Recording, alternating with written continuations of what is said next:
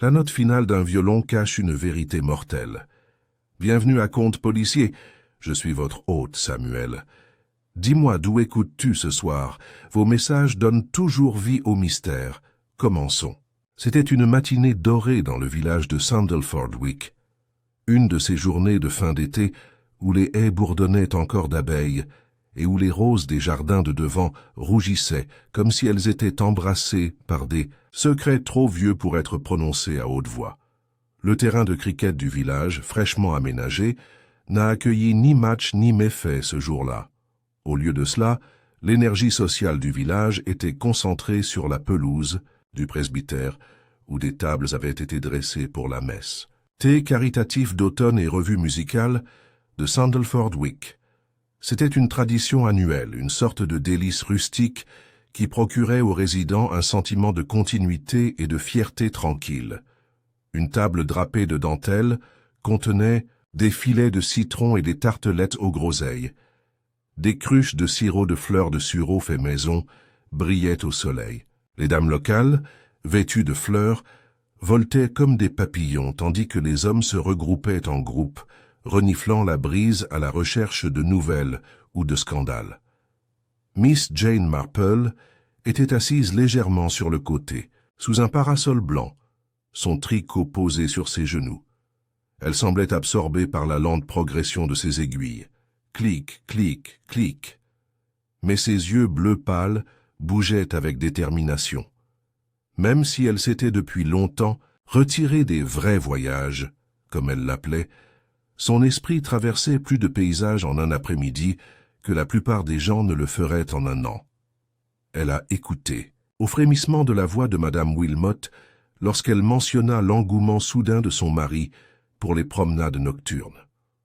Au rire forcé entre la femme du vicaire et Madame Fanshawe, la veuve de l'avocat, et au silence persistant qui a suivi l'évocation de l'événement principal d'aujourd'hui. Une performance musicale spéciale de nul autre que M. Timothy Forsyth, un habitant récemment revenu qui avait hérité de l'ancien presbytère de son défunt oncle. « Très étrange, » murmura doucement Miss Marple. « Qu'est-ce que c'est, Jane » demanda le colonel Melchett, assis à côté d'elle, en se tamponnant le front avec un grand mouchoir. « Rien, » répondit-elle avec un doux sourire. « Je pense juste que certaines personnes jouaient avec leurs doigts, et d'autres avec leurs secrets. » Le colonel Melchett cligna des yeux. « Tu veux dire de la musique ?»« Oh, oui, bien sûr. » De l'autre côté de la pelouse, une plateforme avait été érigée à côté du treillis de roses, avec des chaises pliantes disposées en rangées soignées. Un tissu de velours recouvrait un étui à violon antique, et à côté se tenait M. Forsyth lui-même, grand aux cheveux noirs avec un air mélancolique et le genre de main pâle qui évoquait soit un pianiste, soit un poète qui n'a jamais écrit. C'était une curiosité pour le village. Après des années de vie à l'étranger, Florence, disait-il, et plus tard Trieste, il était revenu il y a 2 mois, tranquille et solitaire, à l'exception de sa compagne, M. Alec Hardwin, un homme aux yeux perçants qui avait la troublante habitude de regarder tout le monde, mais de ne parler à personne. Ils partagèrent le presbytère, même si on ne savait pas grand-chose d'autre, à 3 heures. Précise, M. Forsyth s'avança tenant un vieux violon au bois mielé par le temps. Il n'a pas parlé. Il baissa simplement la tête et commença à jouer. Le son était étrange, magnifique, oui, techniquement impeccable, avec le genre de contrôle qui ferait taire n'importe quelle salle de concert londonienne. Mais il y avait autre chose. Un vrombissement dans les notes, un chagrin si intime qu'il mettait les gens mal à l'aise. Les têtes se tournèrent, les tasses de thé furent abaissées.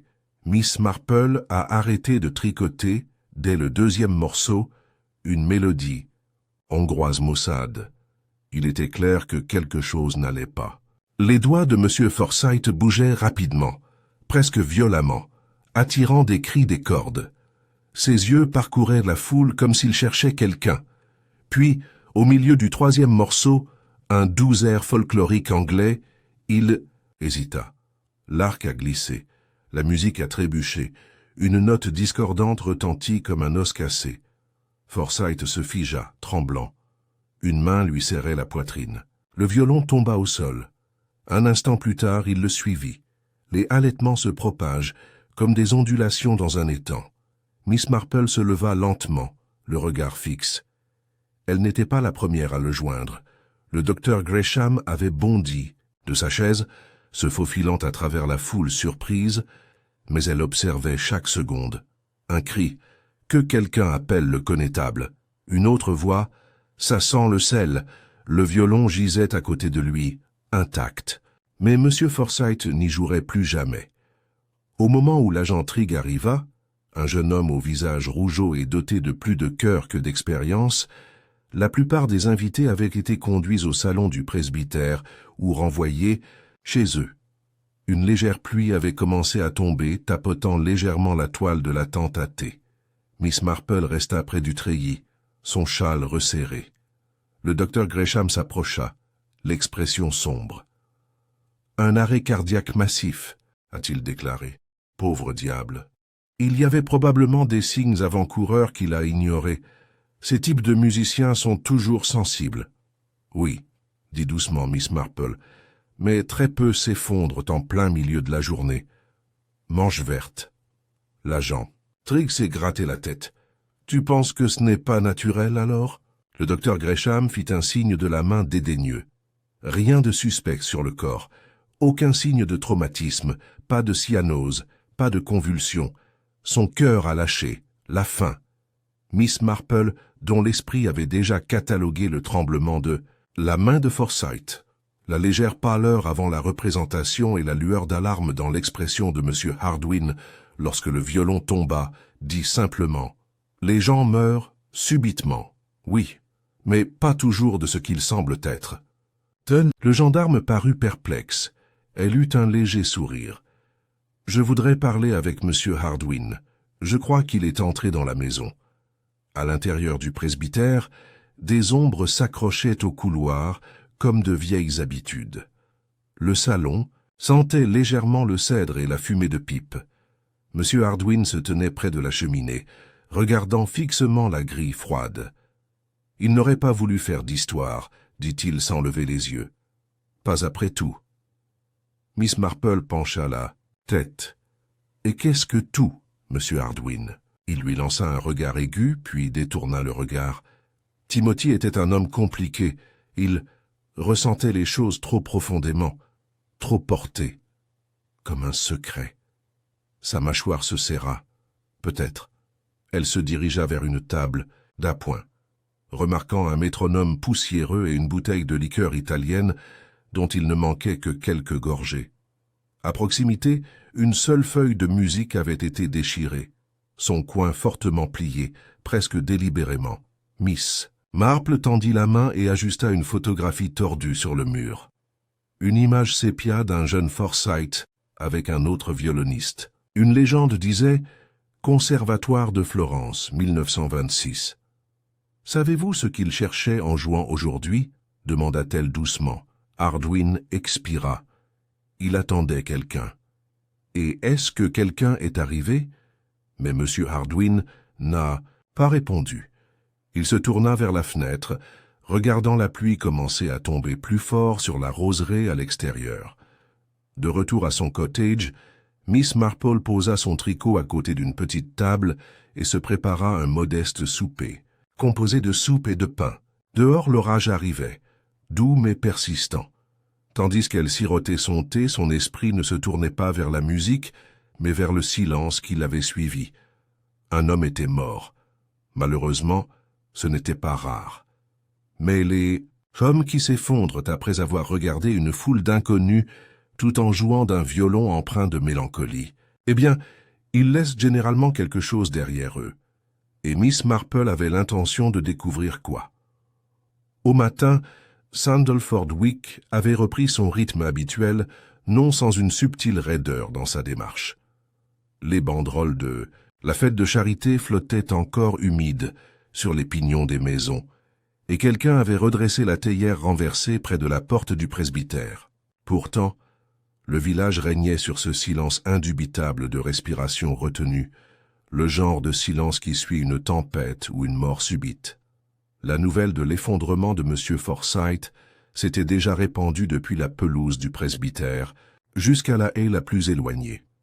Et même si le terme « insuffisance cardiaque » passait des lèvres aux oreilles comme une conclusion établie, Miss Marple savait que l'instinct de commérage des villageois était rarement satisfait par les faits, pas quand il y avait encore des discussions en suspens, des questions sans réponse nichées entre les notes de la veille.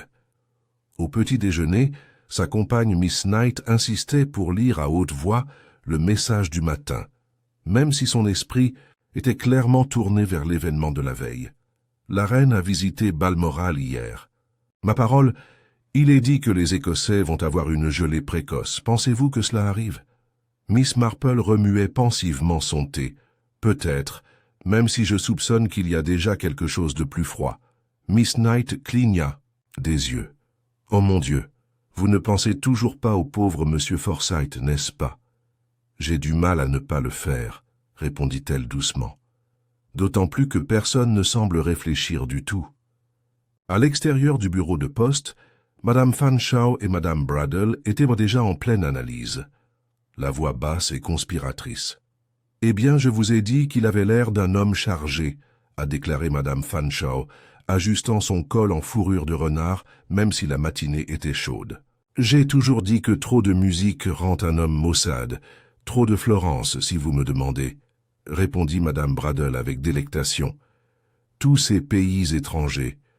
On ne revient pas pareil, dis-je. » Miss Marple les dépassa avec un doux sourire, s'arrêtant juste assez longtemps pour comprendre la fin de la conversation. « Oh, et avez-vous entendu ce que le jeune monsieur Beach a vu? Une dispute, il y a à peine 2 nuits. Des voix s'élèvent du jardin du presbytère, et monsieur Hardwin revient en trombe comme le tonnerre. Cela, pensa Miss Marple, était utile. Plus tard dans la matinée, elle fit une promenade tranquille jusqu'au presbytère, l'allée parsemée de feuilles de châtaignier tombées. Le portail en fer forgé grinça légèrement sous sa main gantée. M. Hardwin a répondu à sa porte avec le vide d'un homme qui n'a pas dormi.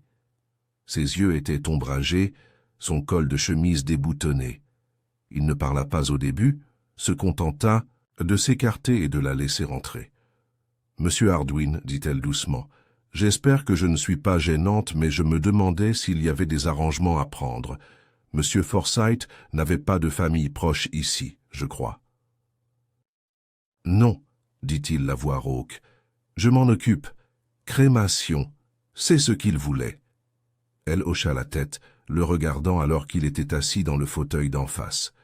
Sur la cheminée, le violon gisait dans son étui, désormais fermé, mais pas verrouillé.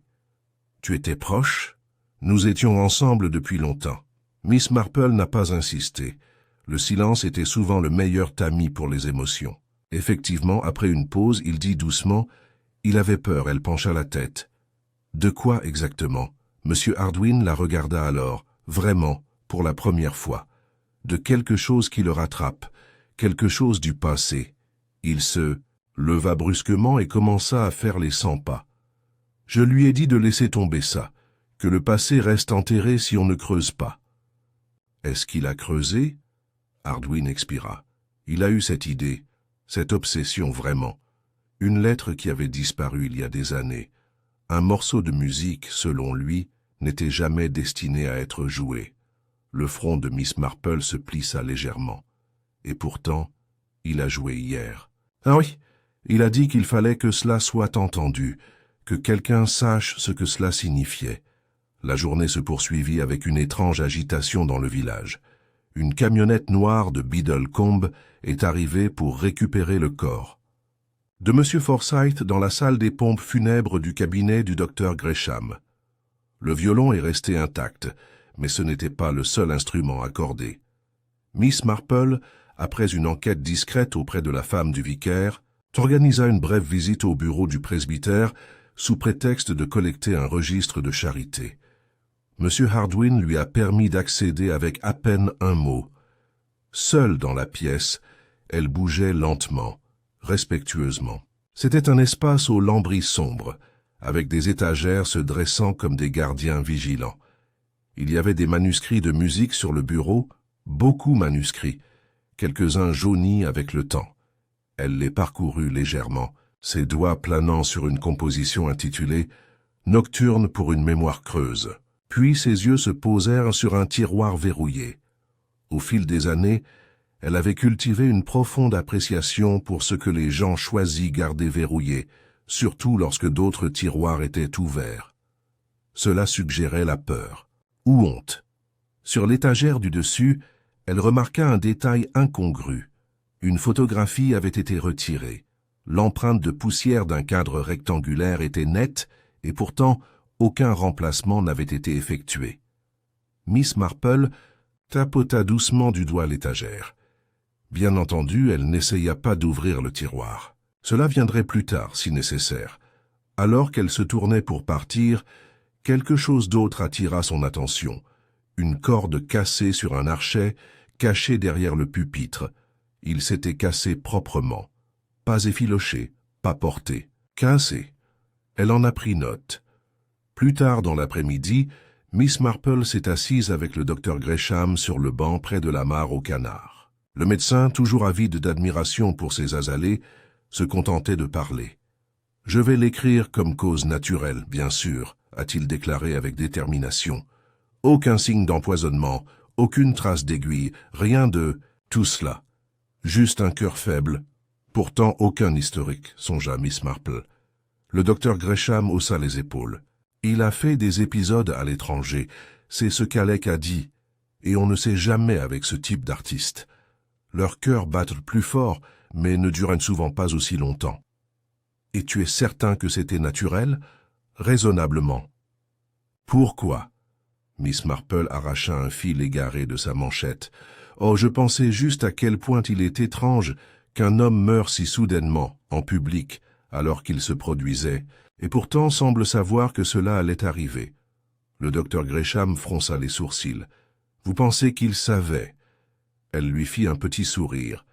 Je pense qu'il s'attendait à ce que quelqu'un l'écoute. Ce soir-là, la pluie revient, enveloppant le village d'une douce mélancolie. Miss Marple prépara son thé, puis attrapa le petit bloc-notes qu'elle gardait près du foyer.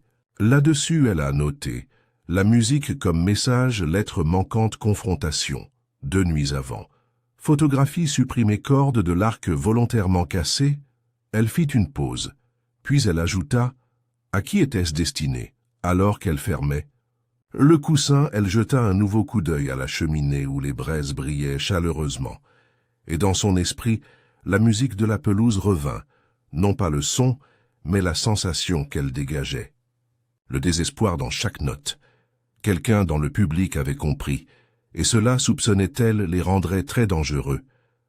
Le lendemain matin, l'aube était claire et humide, l'air teinté du parfum de la terre retournée et de la fumée de bois. Même si la pluie était passée, elle avait laissé derrière elle une fine brume qui s'enroulait autour des haies, comme des secrets qu'on hésite à quitter. Sandalford Wick remua lentement. Les rideaux furent tirés avec des regards méfiants, et le courrier fut ramassé avec un peu plus de prudence que d'habitude. Personne ne l'a dit à haute voix, mais la mort, surtout si elle était dramatique et publique, persistait. Miss Marple, cependant, était déjà alerte et très occupée. Une lettre de Florence était arrivée.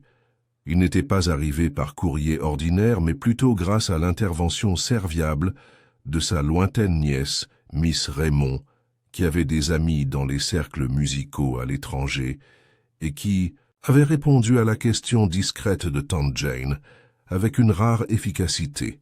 À l'intérieur de l'enveloppe se trouvaient 2 pages.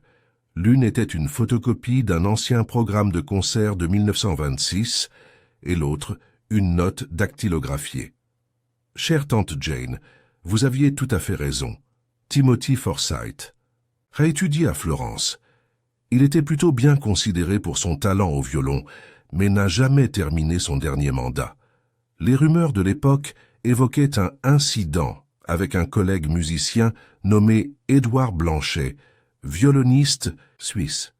Blanchet a disparu de la vue du public peu de temps après. Pas d'accusation, pas de scandale, juste le silence.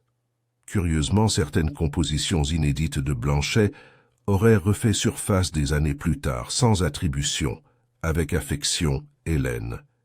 Miss Marple plia soigneusement le billet et le plaça avec ses autres papiers. La photographie du presbytère représentait deux hommes avec des violons. Un, sans aucun doute, Forsyth. L'autre, soupçonnait-elle, était Blanchet. Pourquoi la photographie a-t-elle été supprimée? Elle jeta un coup d'œil au feu, où une bûche fraîche sifflait doucement. Les gens pensaient si souvent que la destruction se produisait avec force, avec des cris ou des flammes. Mais le plus souvent cela arrivait en silence. Une photo disparue, une corde cassée, une note non jouée.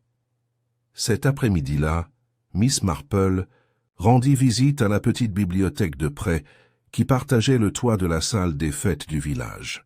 La bibliothécaire, Miss Cynthia Dunn, était une créature timide qui aimait l'école en dentelle et le théâtre local. « Chère Miss Marple, je pensais justement à vous.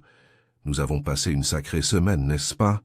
Tout le village est dans un état. »« Oui, » dit gentiment Miss Marple, « et j'ai pensé que, pendant qu'il fait beau, je pourrais faire un peu de lecture sur les scandales musicaux. » Les yeux de Miss Dunn s'illuminèrent. « Comme c'est passionnant! Ce n'est pas un passe-temps que j'aurais imaginé pour toi. Oh, vous seriez surpris de voir combien de malices peuvent se cacher entre les arpèges. » Elle passa près de 2 heures à lire tranquillement, feuilletant des coupures de presse, des anciens numéros de Monde musical et les archives poussiéreuses du Revue des Arts continentaux. Un article s'est démarqué, un bref texte de présentation de la fin des années 1930, faisant état du mystérieux retrait d'un certain Édouard Blanchet du Conservatoire de Florence, ainsi que de spéculations sur le plagiat entourant l'une de ses œuvres originales. Aucun nom n'a été donné, mais Miss Marple a noté le titre « Sonate des ombres »,« Sonate des ombres », et puis, dans une émission britannique de 1941, elle a revu la pièce attribuée à T.F. et ne s'est produite qu'une seule fois à Londres. Après, plus rien, aucune publication, aucun enregistrement. Le violoniste semblait avoir un fantôme dans son répertoire. Elle rentra chez elle devant le presbytère, où le jardin était devenu cuivre et or. Une silhouette se tenait près de la porte.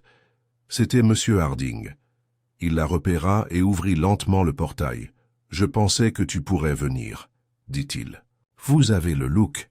Quel regard est-ce, M. Hardwin ?» Le regard de quelqu'un qui n'a pas tout à fait fini de poser des questions. Miss Marple sourit faiblement. « Eh bien, la vérité aime jouer dur pour l'obtenir. » Il lui fit signe de le rejoindre. Ils contournèrent lentement le jardin. Les roses perdaient leur rougeur, mais la lavande tenait obstinément. Il savait qu'il était en danger, dit enfin Hardwin. Il ne l'a pas dit, pas directement. Mais quelque chose avait changé le mois dernier. Il dormait à peine.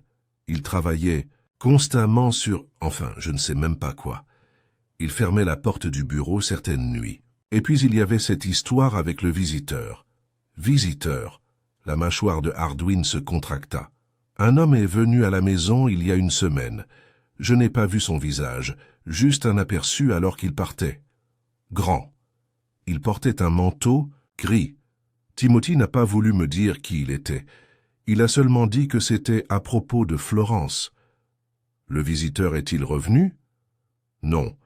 Mais Timothy a reçu une lettre le lendemain, remise en main propre, sans adresse de retour. Savez-vous ce qu'il y avait à l'intérieur? Je l'ai seulement vu le tenir. Il l'a brûlé dans la cheminée 1 heure plus tard. Ils firent encore quelques pas. Miss Marple s'arrêta à côté du cadran solaire. Sa plaque de bronze était tachetée de rouille. « Puis-je revoir le violon ?» Hardwin hésita, puis acquiesça. À l'intérieur, il déverrouilla le coffret et l'ouvrit avec précaution. L'instrument était une belle pièce ancienne, au vernis assombri par le temps, la mentonnière usée et lisse. Miss Marple l'examina sans y toucher. « Il y a quelque chose que je ne comprends pas, » dit-elle doucement. Hardwin la regarda. S'il ne restait à M. Forsyth qu'une seule performance en lui, pourquoi risquer de jouer quelque chose qui pourrait l'exposer? Quelque chose de si personnel, Hardwin expira. Il a dit que c'était le seul moyen de l'arrêter. Arrêter quoi? Quoi qu'il arrive. Miss Marple étudia son visage. Il disait la vérité, ou croyait l'être. Mais il avait aussi peur, de quoi elle ne pouvait pas encore le dire. « Dites-moi, dit-elle au bout d'un moment, est-ce que M. Forsyth a jamais parlé d'Édouard Blanchet ?» Hardwin se raidit. « Oui, une fois. Qu'a-t-il dit ?»« Certains fantômes ne se reposent que s'ils sont reconnus. » De retour à son cottage, Miss Marple réfléchit aux implications de ce qu'elle avait appris. Une composition contestée, un collègue disparu, un visiteur mystérieux, une lettre brûlée, et puis une performance destinée à un seul auditeur. Elle a récupéré le programme de la fête de charité. Là, à l'encre passée, le dernier morceau indiquait « Adaptation. Anonyme. Charity Forsyth. » Elle cligna des yeux. Anonyme, elle se leva et ouvrit un petit tiroir où elle gardait du papier de correspondance, puis s'assit pour écrire une lettre, non pas à Florence cette fois, mais à un vieil ami de Londres ayant des liens avec la division des manuscrits musicaux du British Museum. Cher Ernest, je me demande si vous pourriez vous renseigner discrètement sur la provenance originale d'une composition autrefois attribuée à T.F. et interprétée à Londres, en 1941 sous le titre Sonate des ombres. Je crois que le véritable auteur était peut-être Édouard Blanchet. Je soupçonne que la récente performance de Forsyth n'était pas du tout un arrangement, mais une confession, mise en musique. Cordialement Jane Marple. Tandis qu'elle fermait l'enveloppe, un coup de vent fit trembler les vitres.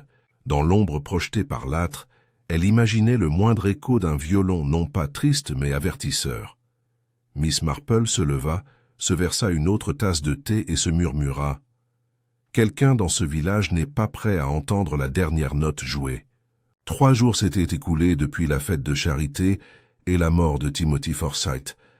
Et pourtant un étrange calme persistait dans Sandalford-Wick. Le village ne pleurait pas dans des manifestations bruyantes ou dramatiques, c'était rarement le cas, mais dans la réorganisation silencieuse des routines. La mort de M. Forsyth avait jeté une longue ombre, non pas sur ce qu'il représentait pour la plupart, mais sur le sentiment persistant que quelque chose était resté inachevé.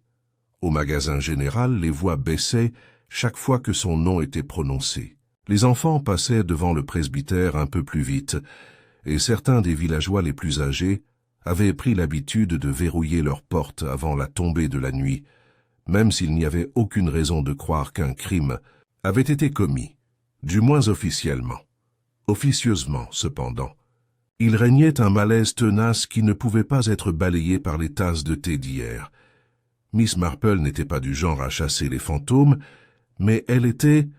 Il s'agissait d'observer des schémas, et le schéma des dernières semaines de M. Forsyth commençait à prendre une forme qui ne suggérait pas une dégradation naturelle, mais une pression.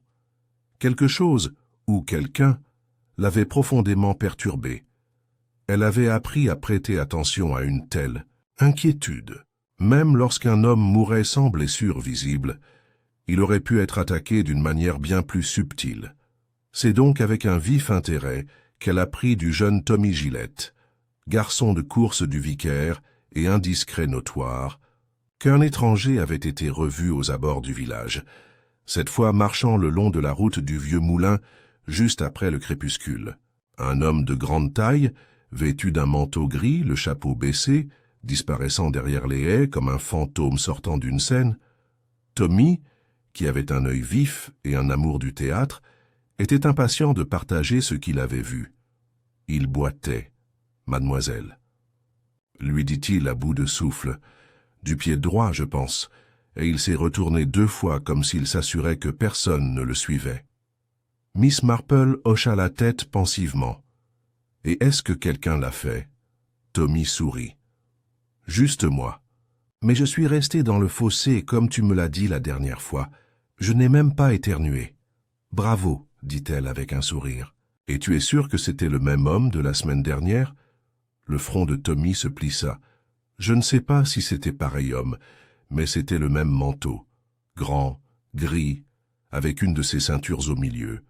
Comme les soldats, mais plus vieux. C'était utile. Miss Marple lui donna un shilling et le renvoya, promettant de ne rien dire de ses aventures à la femme du vicaire. Puis elle partit en promenade. Le chemin menant au vieux moulin était envahi par la végétation, mais Miss Marple le savait bien. Il y a des années, elle y avait emmené ses constitutions un après-midi sur 2, jusqu'à ce que l'arthrite commence à protester. Mais aujourd'hui, elle a ignoré les protestations de l'âge. Les arbres avaient commencé à tourner et des feuilles dorées murmuraient sous les pieds. Au bout d'une vingtaine de minutes, elle arriva à un endroit où la haie avait été récemment perturbée. Brindilles cassées, traces de pas visibles dans le sol humide. Il y avait un peu de laine grise accrochée à une branche basse, effilochée, sur le bord. Elle sortit un petit mouchoir et enveloppa délicatement le tissu. Cela pourrait bien sûr être innocent, mais cela pourrait aussi être délibéré. Forsyth avait eu peur de quelqu'un, et maintenant, ce même quelqu'un, si, c'était bien lui, était revenu après la mort du violoniste. Pas pour pleurer, sûrement. Alors pourquoi? Elle resta immobile, écoutant. Les oiseaux étaient silencieux. Seulement le ruissellement du ruisseau lointain et le murmure du vent dans les feuilles. Elle avait le sentiment distinct d'être observée, et, pourtant, lorsqu'elle tourna, la ruelle était vide. Le lendemain arrivait l'inspecteur Cray de Biddlecombe, un homme pratique à la mâchoire carrée et peu de patience pour les spéculations. Il était venu superviser la clôture officielle de l'affaire Forsyth, même si Miss Marple avait écrit une lettre polie suggérant qu'il souhaiterait peut-être retarder cette décision. L'inspecteur connaissait bien sûr Miss Marple et savait qu'il valait mieux ne pas ignorer ses inquiétudes. Il accepta son invitation à prendre le thé. « Je comprends que vous n'avez aucune preuve directe d'un acte criminel, » dit-il en mélangeant du sucre dans sa tasse. « Et pourtant, vous pensez que M. Forsyth était, quoi, empoisonné ?» Miss Marple secoua la tête. « Pas nécessairement, mais effrayé. Peut-être victime de chantage, et s'il l'était, alors celui qui l'a effrayé pourrait encore être à proximité. » L'inspecteur Cray haussa un sourcil. « Vous pensez que cet inconnu, celui en manteau, gris, est impliqué? »« Je pense qu'il détient peut-être la clé, » répondit-elle doucement. « Et je pense que la performance finale de Forsyth était censée être un message, peut-être même une confession. » Elle a déposé le programme de Florence sur la table, à côté d'un exemplaire du dépliant du concert de charité. Vous remarquerez que la pièce finale est décrite comme anonyme, arrangée par Forsyth. Mais ce n'était pas son œuvre.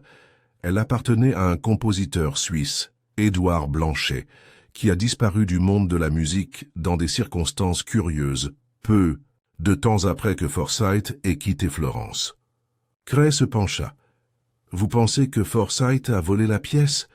Peut-être. Ou en a-t-il été accusé? Quoi qu'il en soit, il semble avoir porté la culpabilité, ou le fardeau du secret, pendant des années, jusqu'à présent. » Cray fronça les sourcils. « Et cet homme au manteau? Peut-être quelqu'un lié à Blanchet, un parent, ou quelqu'un qui connaissait la vérité, quelqu'un qui a menacé de dénoncer Forsyth, peut-être en échange de quelque chose d'autre. »« Quoi d'autre? Cela reste à découvrir, » dit-elle. En fin d'après-midi, l'inspecteur Cray avait organisé une patrouille pour observer discrètement la route de l'ancien moulin. Entre-temps, Miss Marple se rendit une fois de plus au presbytère. Cette fois non pas pour parler avec M. Hardwin, mais pour examiner le tiroir verrouillé du bureau. Avec l'autorité de Cray et l'accord réticent de M. Hardwin, le tiroir s'ouvrit. À l'intérieur se trouvaient de vieilles lettres attachées avec un ruban délavé, quelques manuscrits originaux de Forsyth et une pochette en velours. Dans la pochette se trouvait une bague en or gravée des lettres E.B. Blanchet. Miss Marple murmure. Il y avait aussi une photographie, celle qui manquait sur le manteau. 2 jeunes hommes souriants. Forsyth et un autre homme, clairement. Blanchet assis sur les marches d'un conservatoire italien, chacun tenant un violon, Au verso au crayon pâle, on pouvait lire « Pour le jour où ils entendront notre vérité ».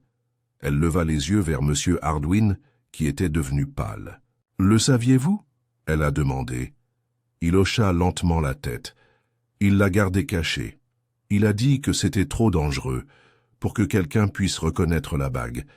Il pensait que cela révélerait tout. Vous a-t-il raconté? Ce qui est arrivé à Blanchet? Non. Seulement qu'il y a eu une bagarre, que les choses qui sont devenues incontrôlables. Miss Marple plia la photo. Alors je pense qu'il est temps que nous découvrions qui d'autre se souvient d'Édouard Blanchet. Ce soir-là, alors que l'obscurité s'étendait sur Sandalford Wick, Miss Marple se tenait de nouveau à la fenêtre de son jardin, regardant vers l'est. Quelque part au-delà de ces arbres, un homme en manteau gris se cachait ou attendait. Elle soupçonnait qu'elle n'aurait pas à attendre longtemps pour qu'il réapparaisse. La représentation était terminée, mais le public était toujours présent. Et l'un d'eux, elle en était sûre, n'était pas du tout venu pour la musique. Le premier gel est arrivé tôt cette année-là, déposant une fine couche d'argent sur les ruelles pavées et enroulant les derniers pétales de rose sur eux-mêmes comme des secrets endormis. Le village de Sandalford Wick portait la monnaie comme il le faisait pour toute chose, avec une dignité tranquille, un soupçon de frisson et beaucoup de spéculation. À la poste, Madame Bradle avait pris l'habitude de raconter l'apparition du mystérieux étranger avec un talent toujours plus dramatique, tandis que le jeune épicier, le jeune Harold Trask, jurait que l'homme avait acheté des allumettes et une boîte de sardines 2 nuits plus tôt, puis avait de nouveau disparu dans les champs, probablement un espion étranger. Marmonna le colonel Melchett dans le coin du pub. Nous aurons le War Office ici ensuite. Attendez. Miss Marple, cependant, s'intéressait beaucoup moins aux espions qu'au silence, ce genre particulier de silence qui tombe lorsqu'un morceau de musique se termine non par un éclat, mais par un souffle retenu. Au presbytère, Alec Hardwin était assis près du foyer, une tasse de thé refroidissant dans les mains. Il n'était pas beaucoup sorti depuis la découverte de la bague et de la photographie. Ses manières étaient désormais plus sobres, mais non moins réservées. Miss Marple était revenue une fois de plus, apparemment pour rendre un livre de « Un bibliothèque emprunté à Forsyth », un petit volume sur la structure des sonates. Mais comme toujours, ses raisons étaient des multiples. J'ai réfléchi aux aveux, dit-elle doucement, en regardant les flammes danser derrière la grille. Ils n'arrivent pas toujours sous forme de mots. Parfois, ils sont transmis par le silence ou la musique. Hardwin ne dit rien. Miss Marple a poursuivi. « Je crois que la dernière pièce de Timothy n'a jamais été une question de performance. C'était un acte d'exposition, de soulagement. » Il la regarda. « Vous pensez qu'il cherchait la rédemption? »« Je pense qu'il cherchait des témoins, » a-t-elle déclaré. « Quelqu'un qui comprendrait ce qui se disait vraiment. » Alec regarda sa tasse. Il pensait que personne n'avait jamais vraiment écouté, pas ce qui comptait. Miss Marple hocha la tête. Et pourtant, quelqu'un l'a fait. Quelqu'un qui a reconnu. La musique est venue le confronter. Je crois que cette confrontation n'a pas eu lieu le jour de la fête, mais avant. Et je crois que cela a tellement effrayé Timothée qu'il s'est senti obligé de jouer la vérité à haute voix. Peut-être, dans l'espoir qu'elle puisse atteindre quelqu'un d'autre, avant qu'il ne soit trop tard. Les lèvres de Hardwin se pincèrent. « Pensez-vous que quelqu'un l'a tué? Je pense que quelqu'un lui a fait croire que la mort était la seule conclusion. » Plus tard, dans l'après-midi, Miss Marple retourna à son cottage et trouva une petite enveloppe qui attendait sur sa table, envoyée par sa nièce à Londres. À l'intérieur se trouvait une brève réponse de son contact au British Museum. « Chère Miss Marple, vous aviez raison. La composition sonate des ombres apparaît dans des archives privées sous le nom d'Édouard Blanchet, datée de 1925. Il n'existe aucune trace formelle de sa vente ou de son transfert. Cependant, en 1941, une pièce presque identique, à quelques modifications mineures près, fut interprétée sous les initiales TF. L'écart a été noté à l'époque par un critique mais discrètement abandonné.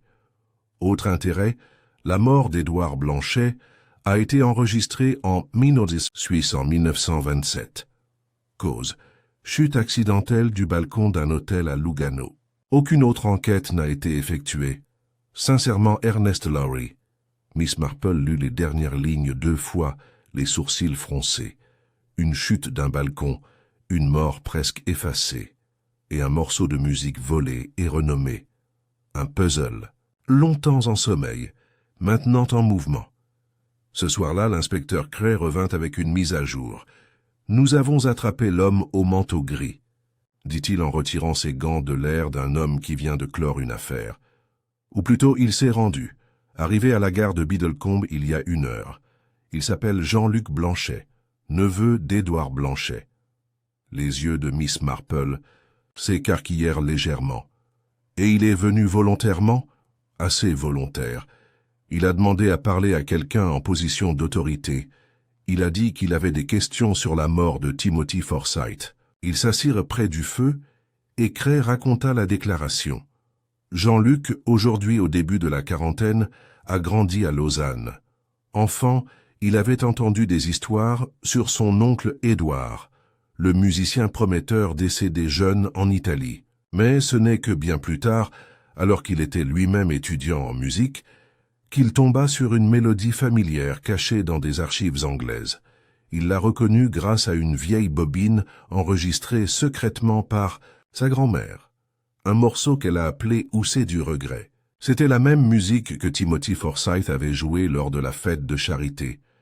Jean-Luc avait retracé Forsyth dans les cercles universitaires, puis avait attendu son retour en Angleterre. Il s'était rendu au presbytère 1 semaine avant la représentation fatale, avait confronté Forsyth et l'avait accusé de vol, et pire encore. Mais Forsyth n'avait rien nié. Au lieu de cela, il avait regardé Jean-Luc et avait dit seulement « Alors écoute, et tu sauras la suite ». Il a promis de jouer toute la vérité lors de son prochain récital.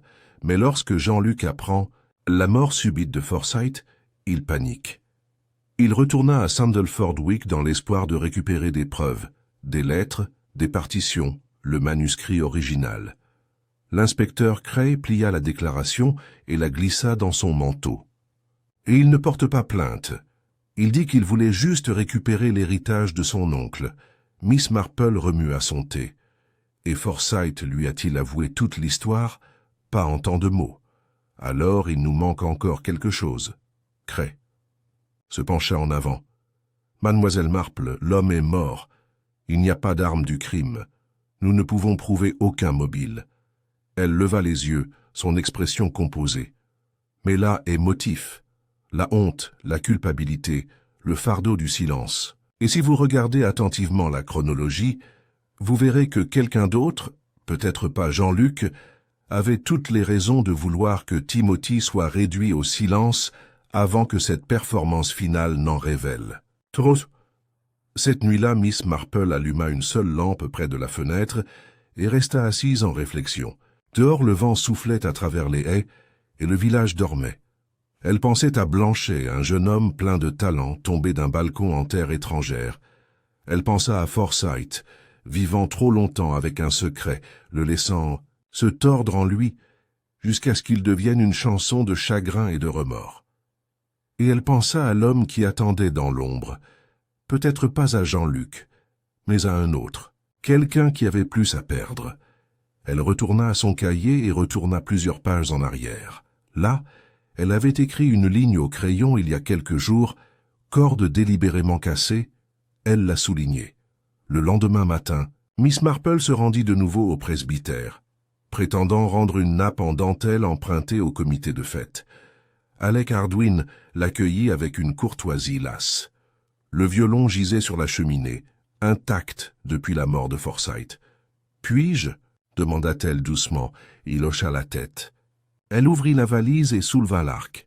C'était une belle pièce, délicate et équilibrée. Elle le tourna dans sa main et regarda de nouveau la ficelle cassée. « Est-ce que Timothy a remplacé cet arc récemment ?» Elle a demandé. Hardwin secoua la tête. « Pas à ma connaissance. » Étrange. murmura-t-elle, parce que cette cassure est très nette, tranchante, presque comme si elle avait été tranchée. Elle tourna son regard vers lui. Il existe des poisons, vous savez, qui peuvent être appliqués sur la mentonnière d'un archet de violon, inoffensifs au début, jusqu'à ce qu'ils soient absorbés par la peau au fil du temps, surtout par quelqu'un qui joue avec des mains tremblantes, un rythme cardiaque élevé et des pores ouverts. Hardwin déglutit. « Est-ce que vous m'accusez ?»« J'observe, monsieur Hardwin. Et je me demande pourquoi quelqu'un aurait tenté de détruire la corde de l'arc après la mort de Forsyth, peut-être pour éliminer la dernière trace d'une arme du crime bien plus subtile. » Il la regarda. « Vous n'avez aucune preuve. »« Non, dit-elle doucement. Mais je soupçonne que la musique jouera le reste. Le lendemain matin, le gel s'est accroché plus longtemps au toit de chaume, comme s'il hésitait à desserrer son emprise. Au milieu de la matinée, les ruelles étroites de Sandalford-Wick brillaient sous un soleil pâle. Et pourtant il n'y avait aucune chaleur dans l'air, seulement le froid fragile des questions restées sans réponse. Miss Marple était assise, à son bureau, une tasse de lait chaud à côté d'elle, ses pensées loin de son tricot. Devant elle se trouvait une rangée de pages soigneusement empilées. Ses notes, coupures de presse et déclarations transcrites rassemblées depuis la mort soudaine de Timothy Forsyth. Elle n'avait pas porté d'accusation formelle. Pas encore. Mais les fils du mystère se resserraient comme la corde d'un arc, tendu et bourdonnant de vérités cachées. Elle souleva le morceau de laine grise autrefois accroché à la haie, désormais enveloppé dans du papier de soie. Un petit détail apparemment insignifiant et pourtant, comme la plupart des indices qu'elle avait rencontrés au cours de sa longue carrière de déduction discrète, il murmurait plus qu'il ne criait. Avait-il réellement appartenu à Jean-Luc, Blanchet, ou à quelqu'un d'autre qui s'était faufilé à travers le village à la faveur du crépuscule? Il restait encore trop de choses en suspens. Pourquoi la représentation à la fête de charité avait-elle été si minutieusement planifiée? Qu'est-ce que Forsyth craignait exactement que ce soit révélé? Et le plus troublant de tous, qui avait fait en sorte que la vérité, quelle que soit la manière dont elle était censée être dite, mourrait avec lui. Au milieu de la matinée, on frappa à la porte. C'était l'inspecteur Cray. Son expression marquée par la fatigue et une légère irritation. « Je viens juste de rentrer du laboratoire », dit-il alors qu'elle le faisait entrer. « Ils ont fait ce que vous leur avez demandé. Ils ont examiné le violon et l'archet. » Miss Marple lui proposa un siège et lui servit une modeste tasse de thé. « Et » demanda-t-elle doucement. « Aucune trace de toxine courante. Mais ils ont trouvé quelque chose d'inhabituel. Un composé de résine sous la mentonnière, presque imperceptible. Lors des tests, il a révélé de légères traces de muscarine. » Miss Marple hocha lentement la tête. « Depuis Amanite muscaria, j'imagine, tu veux dire du poison aux champignons vénéneux. Une question particulièrement subtile, dit-elle, rarement mortelle à petite dose, mais appliquée à plusieurs reprises, notamment par voie cutanée, et particulièrement sur une personne déjà en mauvaise santé. » Cray laissa échapper un long soupir. « Cela n'apparaîtrait pas lors d'une autopsie normale. » « Non, a-t-elle accepté. Et si cela se produisait assez lentement au fil du temps, cela apparaîtrait comme un déclin naturel. Fatigue, tremblement, désorientation. Tout ce que vous avez décrit dans les derniers jours de M. Forsyth. » Cray se frotta les tempes. « Vous pensez que quelqu'un a lassé son arc avec ? Je crois que quelqu'un a enduit la mentonnière. Pas assez pour le tuer sur le coup, mais suffisamment pour garantir que lorsqu'il s'effondrera finalement, personne ne demandera pourquoi. » L'inspecteur avait l'air sombre. « Et votre suspect ?» Miss Marple croisa soigneusement les mains. « Je pense que vous devriez reparler à M. Hardwin, gentiment mais fermement. » Mais lorsque Cray revint au presbytère cet après-midi-là, Alec Hardwin n'était plus là. Il avait fait un sac, laissé un mot au vicaire pour le remercier de sa gentillesse et avait disparu avant le lever du soleil. Son vélo manquait, ainsi, qu'une petite valise connue pour contenir ses papiers personnels. La note ne faisait aucune référence à Forsyth. Pas d'adieu. Juste, j'ai été un pauvre compagnon dans cet endroit. Il vaut mieux que je ne reste pas. Miss Marple reçut la nouvelle tranquillement. Elle avait soupçonné qu'Hardwin pourrait se présenter, même si elle ne savait pas encore si cela le rendait coupable ou simplement honteux. Plus tard dans la journée, elle retourna au presbytère, cette fois seule, et demanda un dernier regard sur le bureau. La femme du vicaire l'autorisa, même si son visage était pâle de nervosité. Dans le bureau, le foyer était froid. Les étagères présentaient des espaces vides, là où Hardwin avait retiré des volumes personnels. Pourtant, dans le tiroir, que Miss Marple avait examiné plus tôt, quelque chose de nouveau attira son attention. Niché dans un coin sous une pile de manuscrits, se trouvait une page pliée dans le sens de la longueur. Il avait été manqué la première fois, peut-être délibérément placé pour éviter d'être détecté. Elle l'a ouvert. C'était de la musique, écrite à la main, sans aucun doute celle de Forsyth, et pourtant le titre en haut disait « Être entendu en silence ». S'ensuit une dédicace. Pour eux, la pièce à laquelle je n'ai jamais pu légitimement prétendre. J'avais plus peur de la vérité que de la honte. Pardonnez-moi, où que vous soyez. Miss Marple était assise sur la chaise devant le bureau, ses yeux parcourant les notes. C'était un morceau mélancolique, plein d'arpèges brisés et de silences résonnants. Il lui manquait l'arrogance des œuvres antérieures de Forsyth. Cela ressemblait à une pénitence. Elle lut la dernière mesure, encore et encore. Puis, elle plia la page et la glissa soigneusement dans son sac à main. Ce soir-là, un petit rassemblement a eu lieu dans la salle paroissiale, une version tamisée de ce qui avait été conçu comme une célébration post-fête. Les tables portèrent les mêmes nappes et napperons fleuris qu'auparavant, mais l'atmosphère était feutrée. Personne n'a mentionné M. Forsyth à haute voix, mais son nom flottait dans l'air comme de l'encens. Miss Marple arriva tranquillement, assise près du fond avec son tricot. C'était sa façon d'observer. Et ce soir, elle a vu beaucoup de choses. Elle a vu Madame Fanshawe chuchoter à M. Beach et se rattraper à chaque fois que quelqu'un s'approchait. Elle vit le colonel Melchett boire son porto plus vite que d'habitude, secouant la tête pour rien de particulier. Elle aperçut Jean-Luc Blanchet, assis près du feu, regardant silencieusement le coin où les musiciens auraient joué.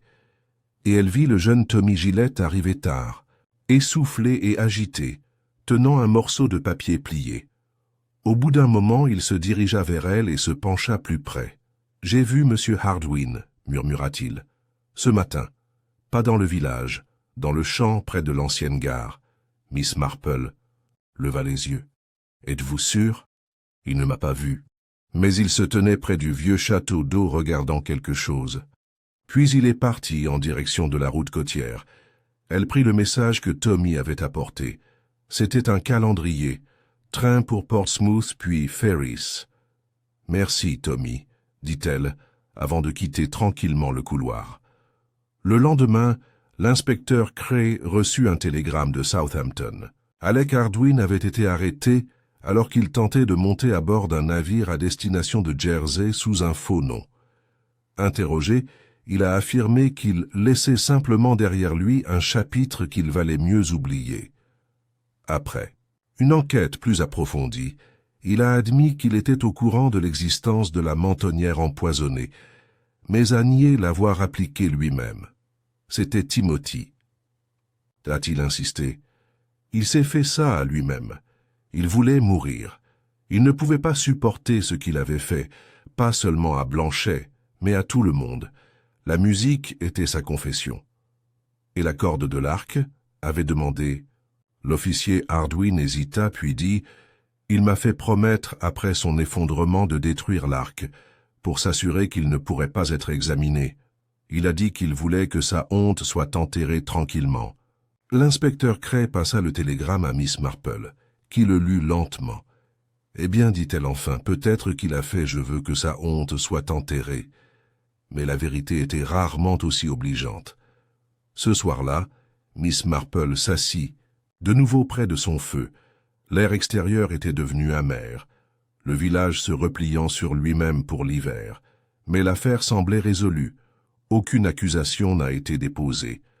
Alec Hardwin resterait pour l'instant en garde, à vue mais pourrait encore être libéré, faute de preuves directes. Miss Marple rouvrit la partition pliée. La dernière note restait dans son esprit. Non pas celle de la culpabilité, mais celle du chagrin. Timothy Forsyth n'avait pas été assassiné au sens conventionnel du terme, mais il avait été défait par la culpabilité, par l'histoire, par un secret autrefois partagé sous les plafonds voûtés d'un conservatoire florentin.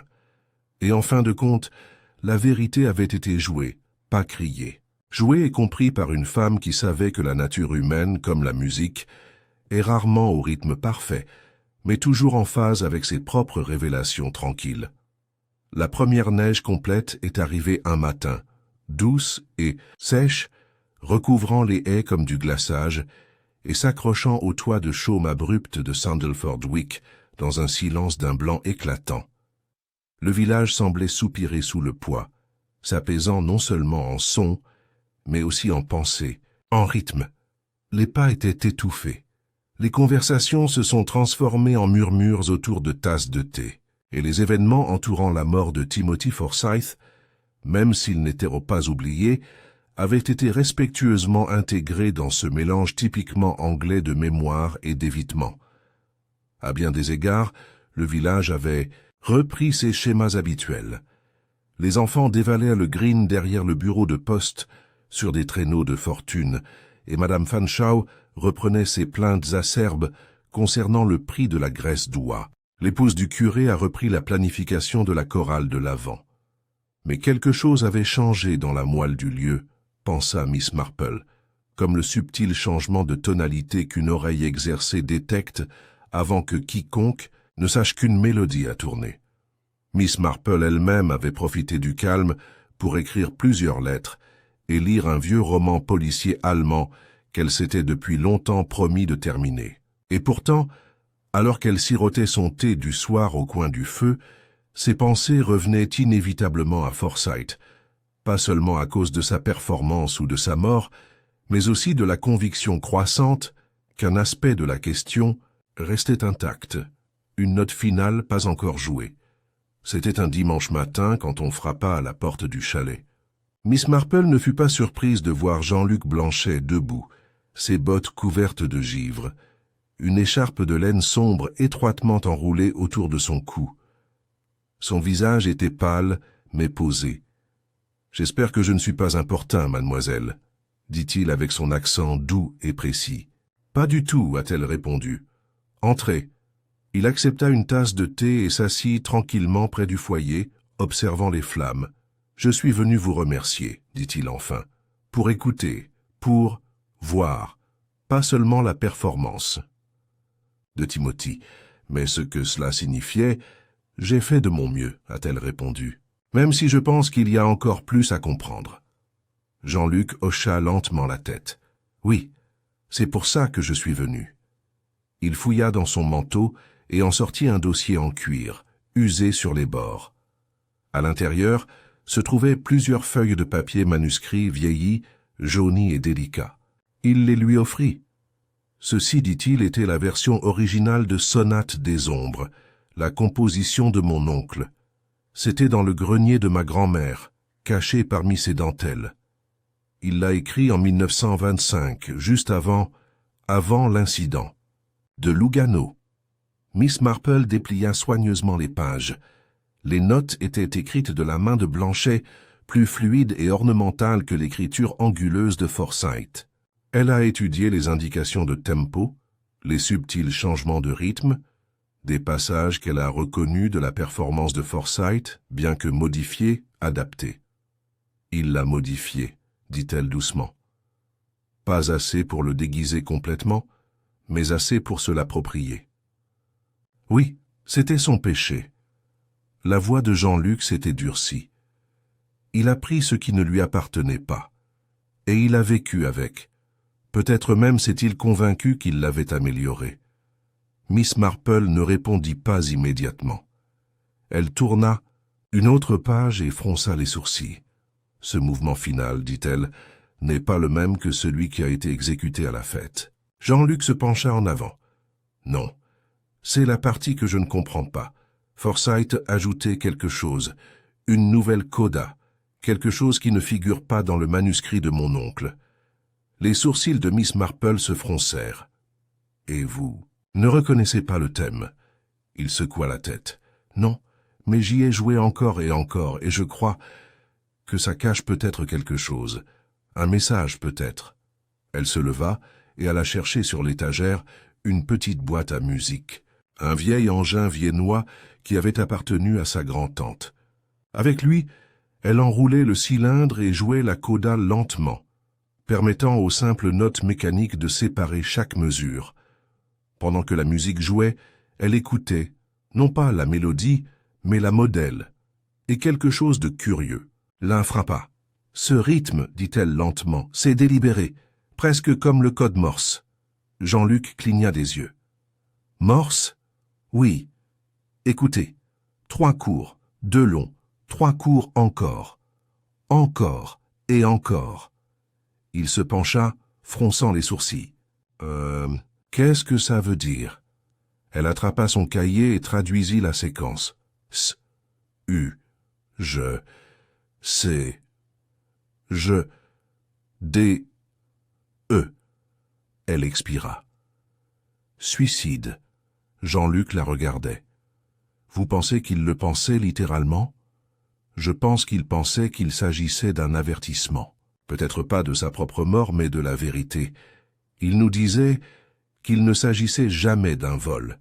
C'était une dissimulation, une tragédie cachée par la honte. Elle se tourna vers le manuscrit. « Je crois que ton oncle n'est pas tombé de ce balcon à Lugano par accident. Je crois qu'il a sauté. » Ou était-ce poussé à cela? L'expression de Jean-Luc se durcit. « Vous pensez que Forsyth était responsable ?» Miss Marple hésita. « Pas nécessairement, mais je crois qu'il en a été témoin ou qu'il était présent et l'a dissimulé. Il a peut-être pris la musique non pas comme un vol, mais comme une expiation, une façon de préserver quelque chose qui autrement aurait disparu en disgrâce. » Les mains de Jean-Luc se sont serrées en poing. Alors pourquoi encoder suicide dans la musique? Parce qu'il ne pouvait plus vivre avec le silence. Et la musique était le seul langage qui lui restait. La neige a continué à tomber légèrement lorsque Jean-Luc est parti cet après-midi. Miss Marple le regardait depuis la fenêtre, le manuscrit revint sain et sauf entre ses mains, sa silhouette se perdit bientôt derrière les haies dérivées. Elle se retourna vers le feu, et elle se souvint d'une vieille histoire, une légende allemande d'un violoniste qui jouait à ses propres funérailles, les notes finales résonnant dans toute la vallée comme un dernier acte de paix. Peut-être, pensa-t-elle, Forsyth avait fait quelque chose de similaire. Ce soir-là, l'inspecteur Cray est revenu. Il apporta avec lui le rapport final des chimistes légistes. « Rien de nouveau », a-t-il déclaré. Des traces d'éléments sur le violon sont encore confirmées, mais pas suffisamment pour condamner. Et quant à Alec Hardwin, il refuse de s'exprimer. Davantage. Il dit que tout est fini. Miss Marple hocha la tête. « D'une certaine manière, a-t-elle dit, c'est le cas. » Elle lui tendit une seule page de son carnet. La traduction du code musical. « Je crois que c'est votre dernier indice. » Cray lut le mot, puis la regarda avec une compréhension plus profonde. « Vous dites que ce n'était pas un meurtre. Je dis que c'était de la culpabilité, inspecteur, une culpabilité si profonde qu'elle a survécu au temps. Et si cette culpabilité appartenait entièrement à Forsyth ou était partagée avec d'autres, nous ne le saurons peut-être jamais. Mais il a choisi d'avouer la seule façon qu'il connaissait. Elle leur servit du thé à tous les deux. Et au final, dit-elle, ce n'est pas la musique qui l'a tué, c'est le silence entre les notes. » Dehors, la neige tombait en épaisses couches sur la pelouse du village. Les fenêtres du presbytère étaient sombres. Le violon, désormais enfermé dans une salle d'épreuve, ne sera plus jamais joué. Et pourtant, la musique persistait. Patetessé, comme une mélodie, mais comme une vérité. Une chanson que seuls quelques-uns avaient vraiment entendue. Les jours qui suivirent s'installèrent dans un silence plus profond que le simple calme hivernal. La neige continuait de recouvrir Sandalford Wick d'un silence doux et inflexible, atténuant le claquement des bottes sur les pavés et le vrombissement des rayons de vélo le long de l'allée de l'église. Même les moineaux semblaient réticents à gazouiller trop fort dans les haies. Et pourtant, dans l'esprit de Miss Marple, quelque chose restait en suspens, pas émotionnellement. Sa compréhension des tourments internes de Timothy Forsyth avait depuis longtemps atteint sa conclusion naturelle. Mais narrativement, après tout, les histoires avaient des arcs, mais celui-ci avait une fracture. Ce n'était pas la coda codée qui la troublait, cela lui avait semblé être un véritable message, le genre de message que seuls ceux sensibles au silence pouvaient entendre. Il ne s'agissait pas non plus de culpabilité. Que Forsyth, soit le voleur ou le pleureur, ses remords avaient été sincères. Non, ce qui persistait pour elle était la source de la pression qui avait finalement conduit à son effondrement. Si Forsyth avait prévu de décharger son âme dans la musique, pourquoi était-il mort avant que l'écho ne se soit estompé? Et pourquoi Alec Hardwin avait-il couru non pas dans la honte, mais dans la peur? Tard dans la matinée, une lettre arriva. Il a été abordé avec l'écriture carrée et distinctive d'Ernest Lowry, l'archiviste du British Museum. Miss Marple l'ouvrit avec précaution. « Chère mademoiselle Marple, vos demandes ont soulevé plus de poussière que prévu. Comme demandé, j'ai continué à retracer la provenance du manuscrit de la sonate des Lombres. Il semble que la performance de 1941 sous TF ait été mentionnée dans une correspondance privée appartenant au professeur Lionel Quayle, musicologue autrefois affilié au Conservatoire de Florence. Les papiers personnels de Quayle, donnés récemment, contiennent des notes marginales qui suggèrent qu'il pensait que la pièce n'avait pas simplement été volée, mais qu'un scandale plus profond avait provoqué le retrait de la société du compositeur original, comme il le dit timidement. Curieusement, Quayle mentionne également avoir reçu des menaces pour mettre fin à ses enquêtes. Il fait référence à un deuxième homme, anonyme, qui fut présent lors des derniers jours de Blanchet. Quayle soupçonnait que ce deuxième personnage avait plus à perdre que Forsyth lui-même. Mais le nom a été expurgé, probablement par Quayle avant la remise des papiers. Je pensais que tu aimerais savoir. Le vôtre, Ernest. Miss Marple regarda la lettre, ses yeux se plissant légèrement. Un deuxième homme, répéta-t-elle à voix haute. Elle s'en doutait, n'est-ce pas? Que quelqu'un d'autre que Forsyth avait des raisons d'enterrer le passé, et que quelqu'un était une fois de plus intervenu lorsque ce passé menaçait de refaire surface.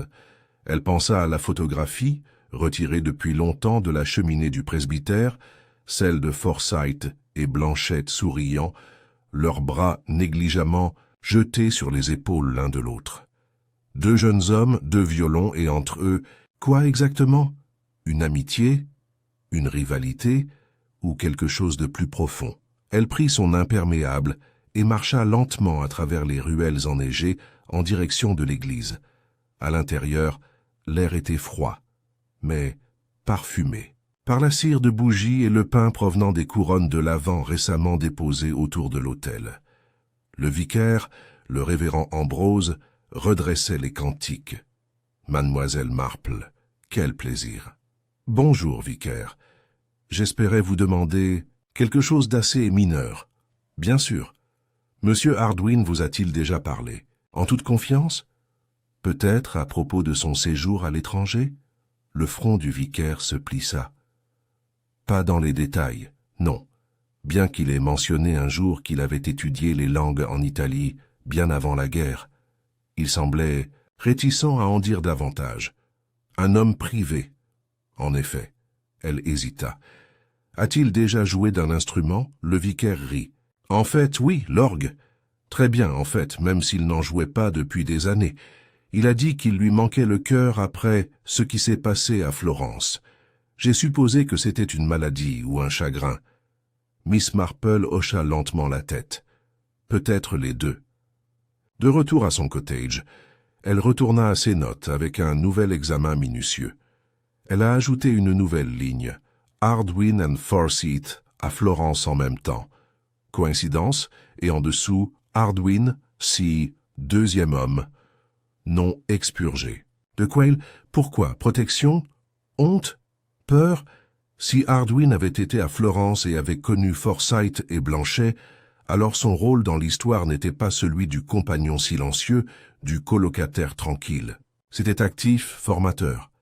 Peut-être était-ce lui et non Forsyth qui avait été témoin de la chute de Blanchet, ou même l'a causée. Et si cela avait été un pacte? Elle se souvenait de la phrase que Forsyth avait dit une fois à Hardwin, relayée par le gendarme qui lui était venu peu de temps après le décès. « Nous avons dit que nous n'en parlerions jamais. Et si les deux avaient porté le secret, un à travers la musique, l'autre par le silence. Le lendemain matin, un visiteur inattendu arrive, Jean-Luc Blanchet. Ses joues étaient rougies par le vent et il portait un dossier sous le bras. « J'ai trouvé quelque chose, dit-il. Ou plutôt, on m'a envoyé quelque chose. » Il ouvrit le dossier et lui tendit une courte lettre, non signée, mais imprimée avec une écriture manuscrite soignée. « Vous cherchez la vérité. C'est plus moche que vous ne le pensez. Blanchet n'est pas tombé. Il a été poussé. Il y a eu une bagarre. Jalousie, possession, trahison. Ils l'ont tous deux quitté, mais on est revenu, pour s'assurer qu'il reste silencieux pour toujours. Le deuxième homme le sait. Il l'a toujours fait.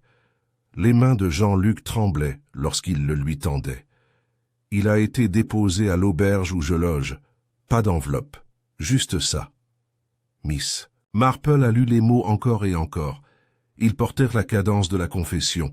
Pas celui de Forsyth, pas celui de Hardwin, mais quelqu'un à proximité. Quelqu'un qui le savait depuis toujours, et qui maintenant, peut-être, le regrettait. « Reconnaissez-vous l'écriture » elle a demandé. Jean-Luc secoua la tête. « Non, mais le style, le choix de la formulation, ça me semble familier. » Miss Marple hocha la tête. « Oui, parce qu'il imite la musique, il parle en motif. » Jean-Luc avait l'air abasourdi. Elle plia le message. Quelqu'un essaie de mettre la vérité en lumière, mais ne peut pas le faire directement, probablement par peur, peut-être même par rapport à vous, de moi. Parce que tu es du sang de Blanchet, dit-elle doucement, et la justice, la vraie justice, peut parfois ressembler beaucoup à de la vengeance. Il baissa le regard. Je veux juste comprendre, savoir pourquoi mon oncle est mort et pourquoi sa musique a été enterrée. La voix de Miss Marple était douce. Et vous le ferez. Mais la vérité, vous devez le comprendre, ne punit pas toujours les coupables. Parfois, elle ne fait que les révéler. Cet après-midi-là, elle retourna au presbytère. Le vicaire, qui avait les clés en l'absence de M. Hardwin, la laissait entrer. L'étude est restée intacte. Elle s'approcha lentement du bureau, puis ouvrit le tiroir où elle avait trouvé le manuscrit caché. Au fond, presque imperceptiblement, un mince volume s'était glissé derrière le revêtement du tiroir. Elle l'a atténué. C'était un petit cahier noir. À l'intérieur, l'écriture était celle de Forsyth, mais sur les dernières pages, une trotteuse apparaissait, plus délibérée, plus nette. Une dernière entrée disait « Je lui ai dit de ne pas grimper après Édouard. Je lui ai dit de laisser tomber. » Mais il y est quand même allé. Et quand il est revenu, il y avait du sang sur sa manche. Je n'ai posé aucune question. Je n'ai rien dit. Nous avons quitté Florence 2 jours plus tard. Il n'en a plus jamais parlé. Mais le silence entre nous, il n'a jamais cessé.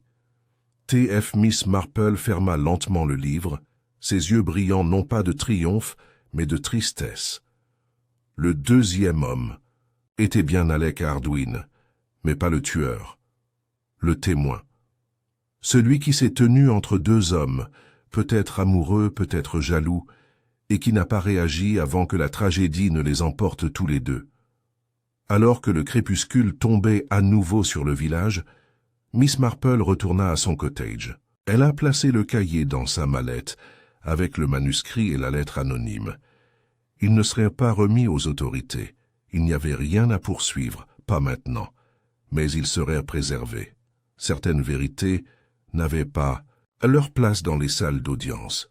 mais dans la mémoire, et quand elle alluma la lampe ce soir-là, les notes de Sonate des ombres semblaient résonner à nouveau faiblement, cette fois non pas comme une lamentation, mais comme une conclusion. La neige à Sandalford Wick avait commencé à fondre, reculant lentement des toits et des haies en bordure de route. De minces ruisseaux d'eau coulaient le long des gouttières, emportant non seulement la neige fondante et les aiguilles de pin tombées, mais aussi le poids inexprimé des dernières semaines. L'air était toujours tranchant, mais les nuages s'étaient adoucis. Le printemps, s'il n'était pas encore arrivé, commençait à envoyer ses murmures d'avance. Dans son cottage, Miss Marple était assise avec une tasse de thé fraîche et le sentiment que la mélodie du boîtier, si longtemps obscurcie par de fausses notes et des motifs qui se chevauchaient, était enfin en train de se résoudre en une coda. Elle avait passé la matinée à examiner les objets qui reposaient désormais dans une petite boîte doublée de satin à côté d'elle sur la table, le manuscrit original de Sonate des ombres, la confession pliée et anonyme, le cahier noir contenant les propres entrées griffonnées de Forsyth, ainsi que le bref et obsédant récit des connaissances tacites d'Alec Hardwin. Il avait fallu du temps et des efforts très doux pour faire sortir la vérité de l'ombre. Mais la forme de l'histoire était désormais claire. 3 hommes s'étaient autrefois tenus sur une terrasse florentine sous le ciel bruni de l'Italie des années 1920. Timothy Forsyth, Édouard Blanchet et Alec Hardwin. Ce qui avait commencé comme une musique, partagée, aimée, peut-être même contestée, s'était terminé dans le silence. Une chute, une dissimulation. Et toute une vie à faire comme si de rien n'était, jusqu'à ce que la conscience de Forsyth ne puisse plus le supporter. Miss Marple leva sa tasse de thé, réchauffant ses doigts. Ce qui restait désormais n'était pas la justice. Cela était déjà arrivé, de manière lente et invisible. Ce qui restait, c'était la compréhension, et peut-être la grâce. Elle n'avait pas prévu de rendre visite à nouveau à Jean-Luc Blanchet. Il était retourné à Londres pour rencontrer les administrateurs musicaux, armés du manuscrit et envisageant de publier la composition originale sous le nom de son oncle. Mais le 2e matin après son départ, elle reçut de lui un paquet modeste, noué avec un ruban et scellé à la cire à la vieille manière européenne. À l'intérieur se trouvait une note, « Chère Miss Marple, comme promis, je travaille à faire connaître le nom d'Édouard. Mais ce faisant, je me sens obligé d'inclure la vérité, du moins telle que je la comprends maintenant. J'ai parlé avec Alec Hardwin. Il a accepté de me rencontrer avant mon départ. Nous nous sommes assis dans un pub tranquille près du terminal des ferries. Je n'ai posé aucune question. Et pourtant, il m'a tout dit. Il avait aimé mon oncle, tranquillement comme certains hommes étaient forcés de le faire à l'époque. Il était jaloux de Timothée, qui avait partagé la musique avec Édouard d'une manière qu'il n'aurait jamais pu. Il y a eu une dispute. Il a quitté la terrasse en colère. À son retour, Édouard était parti. Il ne sait pas si la chute était accidentelle ou s'il a sauté. Seulement que Forsyth s'est agenouillé près du corps brisé et a murmuré qu'il ne fallait plus jamais en parler. Alec n'a plus jamais touché à un piano, et Timothy n'a jamais écrit une autre œuvre originale. La musique est devenue la tombe dans laquelle ils l'ont enterré. Merci de m'avoir aidé à trouver ce qu'ils ne pouvaient pas dire eux-mêmes. Le vôtre, Jean-Luc. Miss Marple plia la lettre et la remit dans son enveloppe. La tragédie, pensait-elle, n'était pas seulement la mort d'un homme, mais la réduction au silence de 2 autres personnes. Un amour devenu insupportable, une honte qu'ils étaient faits pour porter, et un talent artistique enfoui sous des années de faux semblants. 2 jours plus tard, l'inspecteur Cray s'est arrêté pour présenter ce qu'il a déclaré être son rapport final. Sur la question, il avait l'air clairement mal à l'aise alors qu'il se tenait près de son foyer, se réchauffant les mains. « C'est étrange, ça, dit-il. Aucune accusation, pas de crime clair, mais une mort quand même. » Miss Marple lui offrit un biscuit. Parfois, la loi ne peut pas poursuivre ce que le cœur punit déjà. Cray jeta un coup d'œil vers le feu. « Vous n'avez pas tort.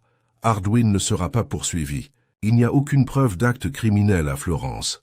Et la mort de Forsyth, aussi tragique soit-elle, reste médicalement expliquée. Et Jean-Luc Blanchet semble plus intéressé par l'héritage que par la vengeance. Elle hocha la tête. Il a le don de la jeunesse tempérée par le chagrin, une combinaison puissante. Cray expira. Quand même, cela aurait été plus propre si quelqu'un avait juste avoué correctement. Tu ne penses pas? Miss Marple sourit faiblement. Oh, mais ils l'ont fait, inspecteur, mais pas en mots. Ce soir-là, elle sortit le vieux disque de gramophone que Forsyth avait offert à la femme du vicaire, un rare présage d'un récital de 1941 enregistré à Londres. Elle posa délicatement l'aiguille sur le disque et laissa la musique se dérouler. La sonate remplit la pièce lentement, à commencer par ses traits lents caractéristiques, la longue et triste ouverture qui scintillait comme un brouillard sur l'eau, puis la section médiane où les harmonies s'entremêlent en dissonance comme des voix s'affrontant dans le noir, et enfin la coda, elle l'avait déjà entendue. Mais ce soir, dans le calme de son salon, le message était plus clair que jamais. Ces dernières mesures, délicates, délibérées, parlaient non seulement de regret mais aussi d'un appel, un plaidoyer pour être compris, être pardonné. Le morceau ne se terminait pas par un crescendo mais par un tri doux et atténué, l'équivalent musical d'un soupir. Plusieurs semaines plus tard, alors que l'hiver commençait à céder la place aux premières touches du printemps, la salle des fêtes de Sandalford a organisé un petit récital, cette fois non pas pour collecter des fonds, mais en hommage. L'épouse du curé avait insisté pour l'organiser, malgré ses réserves préalables. Jean-Luc avait envoyé une violoniste de Londres, une jeune femme discrète nommée Clara Devanne, pour interpréter la pièce en public pour la première fois sous le nom légitime d'Édouard Blanchet. La salle était pleine. Même le colonel Melchett portait une cravate noire. Miss Marple était assise au deuxième rang, son châle soigneusement plié, son tricot laissé à la maison. L'air était calme lorsque la musique commença. Clara n'a pas joué avec théâtralité, mais avec retenue. Chaque note était placée avec soin, comme des pierres dans une allée de jardin. Et lorsque la coda est arrivée, Miss Marple a remarqué que plus d'une personne fermait les yeux, non pas par ennui, mais par respect. À la fin de la pièce, il n'y a pas eu d'applaudissements immédiats, juste le calme. Et puis, lentement, les mains se sont levées. Le bruit des applaudissements, non pas tonitruant mais régulier, remplit la pièce. Miss Marple n'a pas applaudi. Elle baissa simplement la tête. Ensuite, dans le hall, elle a été approchée par Alec Hardwin.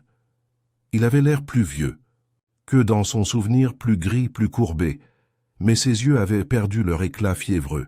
Ils étaient fatigués, certes, mais ils ne chassaient plus. « Je voulais vous remercier, » dit-il doucement. « Je n'ai pas fait grand-chose, » répondit Miss Marple. « Vous avez écouté, c'est plus que ce que la plupart ont fait. » Ils restèrent silencieux un moment. « Elle a adoré ça, » a-t-il ajouté en faisant signe au violoniste. « Elle y a trouvé grâce. Je ne l'ai jamais fait, pas jusqu'à récemment. » Miss Marple lui toucha brièvement la main. « Alors que cela soit votre pénitence, être témoin de ce que les autres font avec la vérité que vous ne pouviez pas supporter. » Il semblait sur le point de parler à nouveau, mais il hocha simplement la tête et s'éloigna. Plus tard dans la nuit, de retour dans son salon, Miss Marple revint une dernière fois à ses notes. Elle n'a rien raturé. Elle n'a pas réécrit ses conclusions. Au lieu de cela, elle a pris une feuille blanche et n'a écrit qu'une seule ligne. Certaines histoires ne sont pas résolues. Ils sont simplement entendus. Elle plaça la page au-dessus du reste, attacha le paquet avec un ruban bleu et le rangea dans son tiroir latéral. Dehors, la neige avait complètement fondu. Et dans la nuit tranquille de Sandalford Wick, la musique n'avait plus besoin de dire ce qui avait finalement été compris. La lumière du soleil du début du printemps se répandait doucement à travers les rideaux de dentelle du cottage de Miss Marple, tachetant le parquet et le bord de son bureau d'un or doux, Les oiseaux du matin revenaient, d'abord hésitants, leurs cris se mêlant au cliquetis lointain des bouteilles de lait et au grincement des roues de vélo roulant sur les voies dégelées. Sandleford Wick, lentement et tranquillement, était revenu à lui-même. Pourtant, même dans ce calme naissant, Miss Marple savait que le village avait changé. Pas visible à l'œil nu, aucun monument n'a été érigé, aucune plaque n'a été dévoilée. Mais dans le silence des regards échangés au comptoir du marchand de légumes et dans la façon dont les gens s'attardaient après le service religieux pour discuter un peu plus longtemps, il y avait quelque chose de nouveau. Une tendresse, peut-être, ou une entente, durement gagnée et fragile. Ce n'était pas tous les jours qu'une histoire aussi douloureuse parcourait leur haie, et encore moins lorsque cette histoire est restée largement méconnue. Miss Marple avait rangé son bureau ce matin-là, non par nécessité, mais avec la satisfaction méthodique de clôturer un chapitre. Elle venait de rapporter la dernière pile de périodiques musicaux à la bibliothèque de près, et a écrit une note de remerciement à Ernest Lawrie pour son aide inestimable. Le petit paquet de documents, les notes de Forsyth, le manuscrit de Blanchet et la confession anonyme, avaient été enveloppés dans du papier ciré et conservés dans sa boîte à lettres. Elle n'avait aucune intention de les détruire, ni de les publier. Au lieu de cela, ils seraient détenus en toute confiance, préservés comme la mémoire a été préservée, avec douceur, mais honnêtement. Elle venait juste de finir de presser de la lavande séchée dans le pli du cahier quand on frappa à la porte. C'était l'épouse du vicaire. C'est Madame Dalton, l'air assez troublé, les joues rouges sous son bonnet en tweed. « Jane, dit-elle sans les plaisanteries habituelles, avez-vous un moment ?»« Bien sûr, chérie. Entrez et asseyez-vous, s'il vous plaît. » Madame Dalton entra et prit le siège proposé près du feu, tâtonnant avec les boutons de ses gants. Sa voix était étouffée, ses yeux brillants. « Il s'agit de Monsieur Hardwin. » Miss Marple fit une pause au milieu du service. « Oh, il est parti. » « Disparu ?» Madame Dalton hocha la tête. « Il est parti dans la nuit. Il a laissé une lettre sur le bureau du vicaire. Ni pour la police, ni pour vous. Pour moi. » Elle sortit un morceau de papier de son sac à main et le lui tendit. L'écriture était soignée. Celle d'Hardwin, chère Madame Dalton. Je souhaitais vous remercier pour votre gentillesse pendant mon séjour ici, pour ne jamais avoir demandé ce à quoi je ne pouvais pas répondre, et pour m'avoir permis de faire partie de votre monde tranquille, même brièvement. Je quitte l'Angleterre. J'ai trouvé un petit article au Portugal, cataloguant la bibliothèque musicale d'un monastère. C'est un travail anonyme, mais cela me convient bien. S'il vous plaît, dites à Miss Marple qu'elle a fait quelque chose que personne d'autre n'a jamais fait. Elle écoutait le silence et dit la vérité sans amertume. Je porterai cette grâce avec moi. Le vôtre, A.H. Miss Marple, a lu la note 2 fois. Pensez-vous, murmura Madame Dalton, qu'il était coupable? Miss Marple plia doucement le billet. Je pense qu'il était brisé, et je pense que peut-être il a enfin trouvé un endroit où il pourrait se rétablir. La femme du vicaire s'essuya les yeux et lui fit un petit sourire reconnaissant. Cet après-midi-là, Miss Marple entra sur la place du village pour la première fois depuis des jours. Les vitrines commençaient à exposer des objets des débuts de Pâques. Des bonnets, des œufs en massepain, des couronnes de paille et des lys séchés.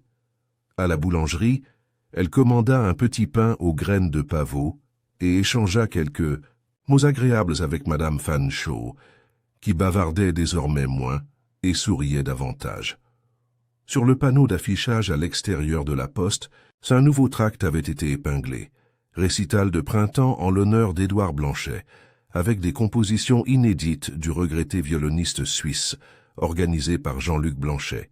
14 avril, Conservatoire de Londres, place limitée, Miss. Marple l'a étudié pendant un long moment, puis a replié un coin du dépliant. Un plaisir tranquille l'envahit. Pas exactement de la fierté, mais quelque chose de plus profond. Le contentement, peut-être, que la musique perdure, que l'homme si longtemps caché dans l'ombre d'un autre se dresseraient désormais dans la lumière. Et cette vérité, autrefois enfouie dans la honte et le silence, avait enfin trouvé sa voie. Plus tard dans la soirée, alors que le soleil se couchait derrière les ormes et que les ombres commençaient à se rassembler une fois de plus sur la pelouse du village, Miss Marple s'assit près de sa fenêtre, un châle doux sur les épaules, et reprit son tricot. De la laine bleu pâle coulait de ses aiguilles, tandis que le feu crépitait doucement, mais son esprit n'était pas concentré sur le modèle. Au lieu de cela, il a erré en arrière, à travers des pelouses couvertes de neige, un violon laissé sur une chaise de jardin, un homme s'effondrant au milieu d'une mélodie et une vieille photographie retirée en silence. Il revenait à la note finale que Forsyth avait jouée, le trill persistant à la fin de Sonate des ombres, si subtil, si discret, que la plupart des auditeurs avaient pensé que c'était une erreur. Mais elle en savait autrement. C'était une question de suspension, un murmure entre les lignes. Et maintenant, les fils du passé étant dénoués, elle voyait clairement toute la tapisserie. Le lendemain matin, Miss Marple reçut une dernière lettre. Il s'agissait de Clara Devane, la jeune violoniste qui s'était produite lors du récital hommage à Sandalford Wick. L'enveloppe était crème, avec un léger parfum de verveine citronnée. « Chère mademoiselle Marple, je voulais écrire et vous remercier pour ce que vous avez rendu possible. Je reviens tout juste des répétitions à Londres pour le récital d'avril. On m'a confié plusieurs pièces inédites de Blanchet. Ils sont extraordinaires. » Il avait une sorte de vulnérabilité dans son phrasé que je n'avais jamais rencontré auparavant, comme s'il écrivait pour quelqu'un qui n'entendrait jamais la musique, mais qui avait besoin de savoir qu'elle existait. J'ai joué 6 fois la sonate finale, et à chaque fois je ressens quelque chose de nouveau dans les silences entre les mouvements, quelque chose de non dit, et pourtant indéniablement présent. On dit que la musique est le langage de l'âme. Si c'est vrai, alors vous, chère Miss Marple, êtes une traductrice de fantômes. Avec mes plus chaleureux remerciements, Claire Miss Marple sourit et plaça la lettre avec les autres. Le soir, le ciel devenait d'un doux lilas, et l'odeur de la jacinthe en herbe flottait à travers la fenêtre fissurée de la cuisine. Miss Marple posa son thé sur la table d'appoint et regarda la place. Sandalford Wick était de nouveau silencieux. L'histoire du violon et de son secret s'était terminée, non pas par un procès ou un titre, mais par la compréhension, par le pardon et par une mélodie restituée à son nom légitime.